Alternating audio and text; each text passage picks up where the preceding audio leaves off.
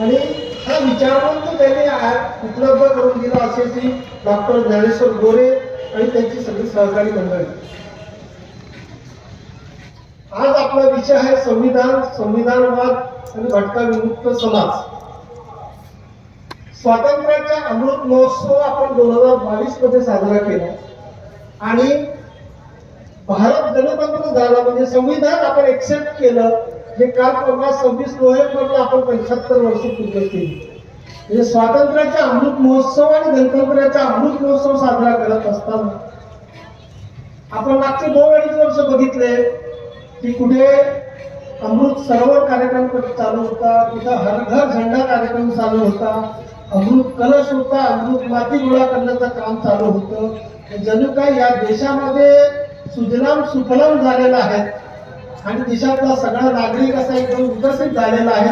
ही संकल्पना सगळीकडे दिसत होती आणि या संकल्पनेमध्ये इथं बसलेला विमुक्त भटका समाज, एकूणच बहुजन समाज, वंचित समाज कुठे आहेत, या अमृताची थेंब आपल्यापर्यंत किती आलेली आहेत याचा आपण विचार मंथन या 75व्या वर्षात सुद्धा करणार आहोत की नाही. या पार्श्वभूमीवर आज आपण संविधानवादावर चर्चा करणार आहोत. मागच्या 6-8 महिन्यात 2 निवडणुका झाल्या.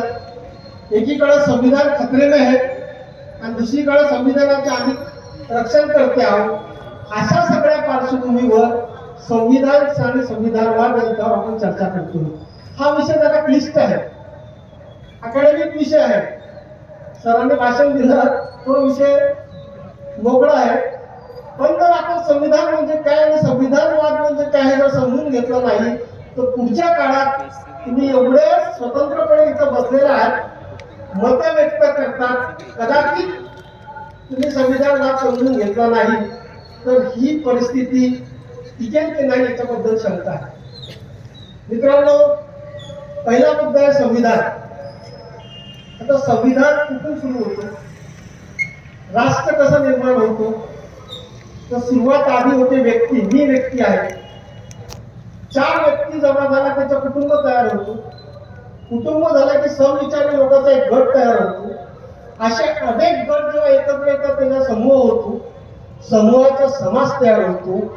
अनेक समाज जेव्हा एकत्र येतात त्याचं राष्ट्र निर्मिती होते. हा राष्ट्र जे असते किंवा त्याला इंग्लिश मध्ये स्टेट म्हणतात, हा राष्ट्र एका विशिष्ट इंडिपेंडेंट पॉलिटिकल इंटायटी म्हणतात. एक स्वतंत्र राजकीय अस्तित्व त्याचं असते आणि याच्या विशिष्ट बाउंड्रीज असतात, भूमिक्षेत्र संबंधित असते. त्यातली जे जनता आहे ती जनता आपल्या आधार प्रदान, आपले काही आचार विचार, काही आपले कायदे यासाठी एकत्र बंद असते आणि परकीय आक्रमणापासून आपलं संरक्षण करणे, इंटरनल सिक्युरिटी मेंटेन करणे हे राज्याचं काम असतं. आता हे काम चालवण्यासाठी राज्य कसं काम करणार, याला विविध अंग लागतात, विविध इन्स्टिट्यूट लागतात आणि ही इन्स्टिट्यूट जे निर्माण करतात ती कशी निर्माण करावी, मग कोणता ऑर्गन काय काम करेल. आपण मनुष्य आहोत, मी पूर्ण माणूस उभा आहे, माझा हात वेगळा काम करेल, पाय वेगळं काम करेल, तोंड वेगळं काम करेल. जेव्हा हे एकत्रित काम करेल तेव्हा मी मनुष्य म्हणून उभा आहे.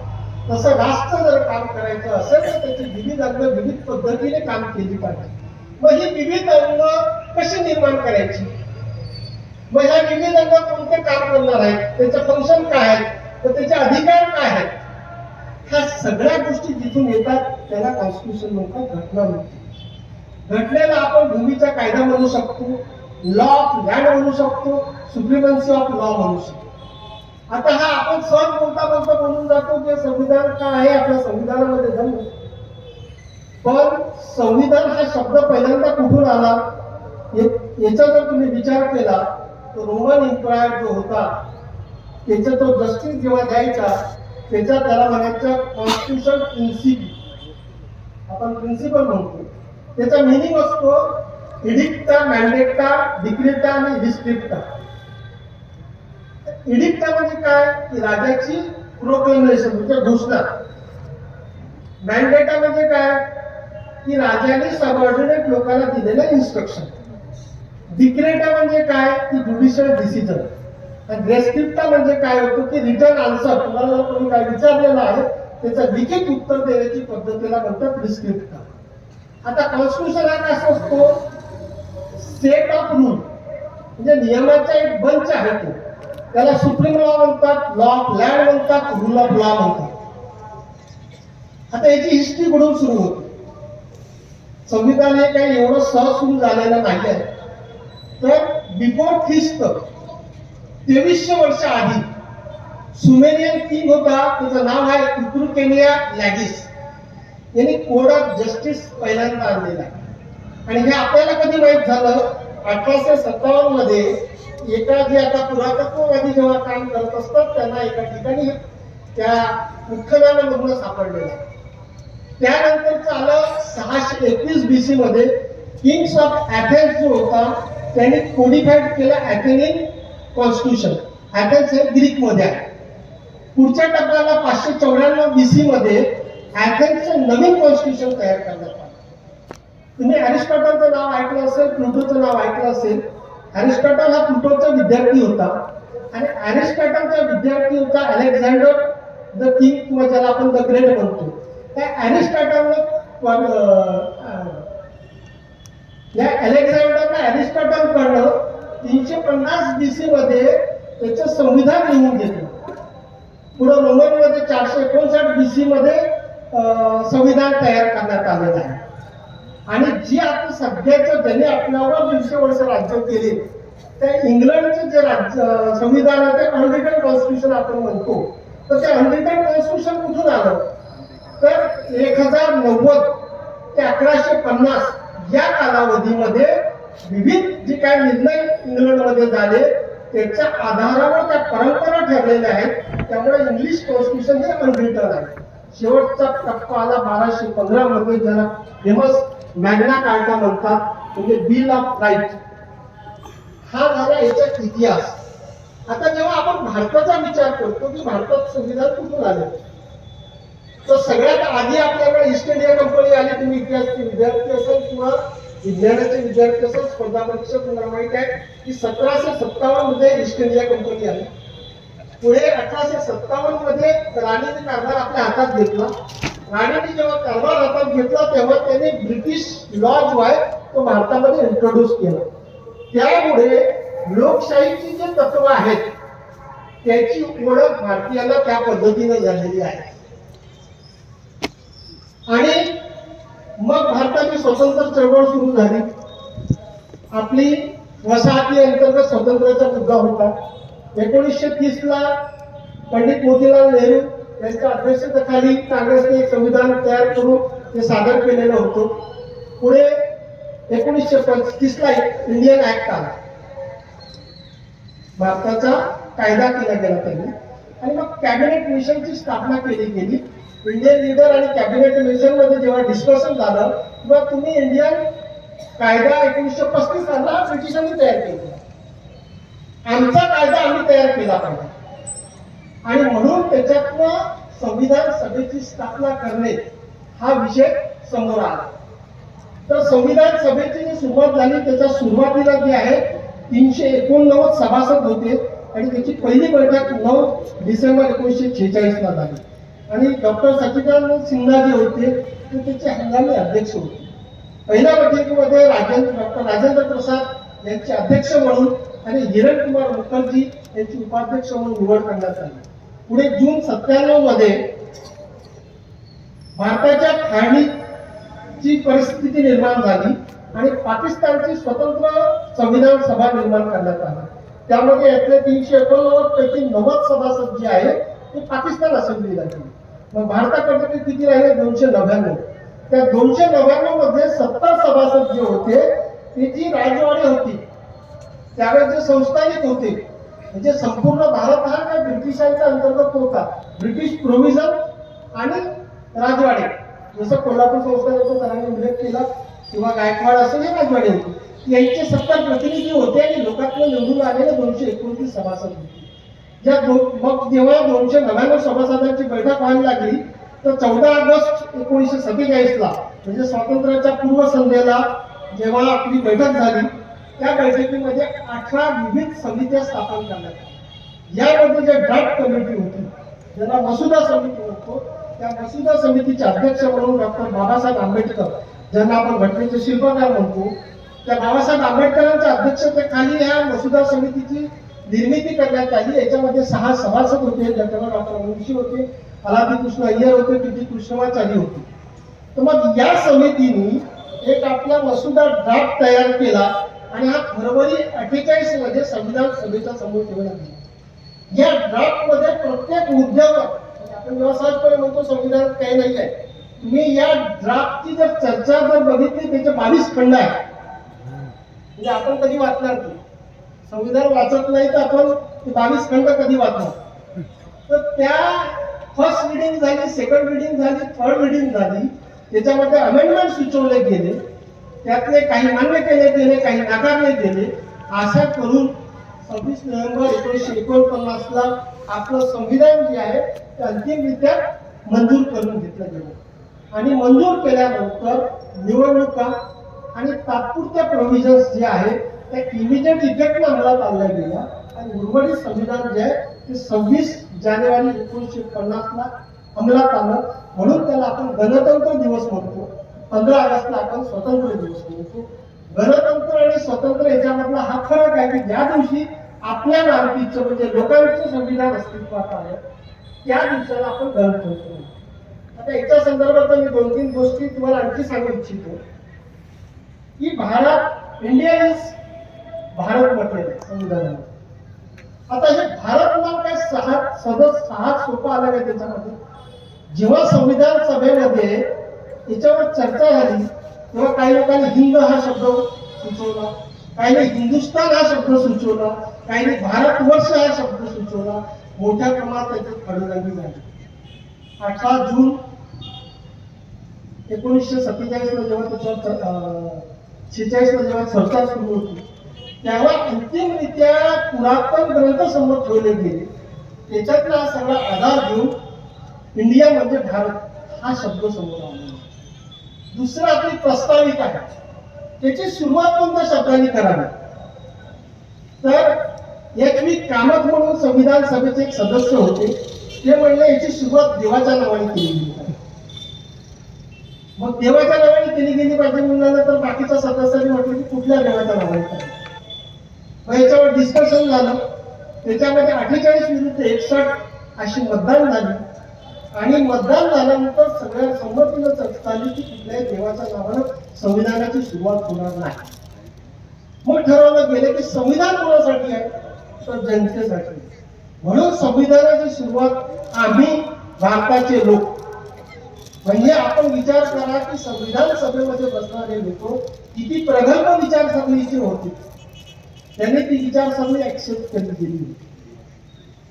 पुढचा मुद्दा आहे की भारताला जो ध्वज आहे आपला तिरंगा ध्वज, आता हा ध्वज तिरंगा ठेवणं हा याच्यावर तो मोठ्या पद्धतीने वाद झाला. काही लोक म्हटले की बा धार्मिक सिंबल असणारा असावा. नेहरूंनी म्हटलं की भारताचा इतिहास दाखवणारा ध्वज असावा. कामतांनी म्हटलं की भारताच्या ध्वजावर स्वास्तिक असावा. त्यांनी अमेंडमेंट सुचवली. शेवटी त्यांनी आपल्या अमेंडमेंट वापस घेतली. आणि काही संघटना होत्या त्या म्हणल्या नाही आपला तो विशिष्ट धर्माचा हे दाखवणारा ध्वज असावा. ही सगळी चर्चा झाल्यानंतर संविधान सभेने ठरवलं की राष्ट्रध्वज हा तिरंगाच असेल, पण राष्ट्रध्वज, राष्ट्रपिता या बाबी संविधानात नमूद केला जाणार नाही. तो भारताच्या घटनेचा एक भाग असेल. इतक्या प्रगल्भपणे हा विचार त्या लोकांनी त्या काळात केलेला आहे. आता हा संविधानाचा मुद्दा मी तुमच्या समोर सांगितल्यानंतर संविधानवाद हा दुसरा मुद्दा आहे. तर संविधानवाद म्हणजे काय? तुम्हाला माहिती आहे, साम्यवाद माहिती आहे, मार्क्सवाद माहिती आहे, समाजवाद माहिती आहे. तर कॉन्स्टिट्यूशन आणि कॉन्स्टिट्यूशनिझम, इझम ISM, इझम म्हणजे वाद. वाद म्हणजे भांडण नसते. वाद म्हणजे विशिष्ट विचारसरणीचा पुरस्कार करणारा माणूस. एखादा माणूस गांधीवादी असेल म्हणजे गांधीच्या विचारसरणीचा तो पुरस्कर्ता. एखादा आंबेडकरवादी आहे म्हणजे आंबेडकरांचा विचार आहे. एखादा मार्क्सवादी आहे म्हणजे मार्क्सवादी. आपण संविधानवादी काय असलं पाहिजे आणि संविधानवाद का आवश्यक आहे? कॉन्स्टिट्यूशन हा नियमाचा संच आहे. नियम खूप चांगले तयार केले गेले तुम्ही, पण त्याची अंमलबजावणी करणारे जर योग्य नसेल तर ते संविधान काही कामाचं नाही, असं डॉक्टर बाबासाहेब आंबेडकरांनी संविधान सभेमध्ये जेव्हा शेवटचं भाषण केलं 25 नोव्हेंबरला, तेव्हा हे स्पष्टपणे नमूद केलं की देशाचं संविधान किती चांगलं आहे हे त्याची अंमलबजावणी करणारे लोक प्रामाणिक आहेत की अप्रामाणिक आहेत याच्यावरती अवलंबून आहे. हा संविधान मध्ये काय की कायद्याचं राज्य असेल, कायदा सर्वोच्च असेल, एखाद्या व्यक्तीला समजा शिक्षा द्यायची असेल तर त्यांनी कायद्यामध्ये नमूद केलेल्या तरतुदीचं उल्लंघन केलं गेलं पाहिजे आणि त्याला शिक्षा द्यायची असेल तर ड्यू प्रोसिजर म्हणजे कायद्यामध्ये विहित केलेली जी संकल्पना आहे त्याचा अवलंब करून तुम्ही त्याला शिक्षा देऊ शकता.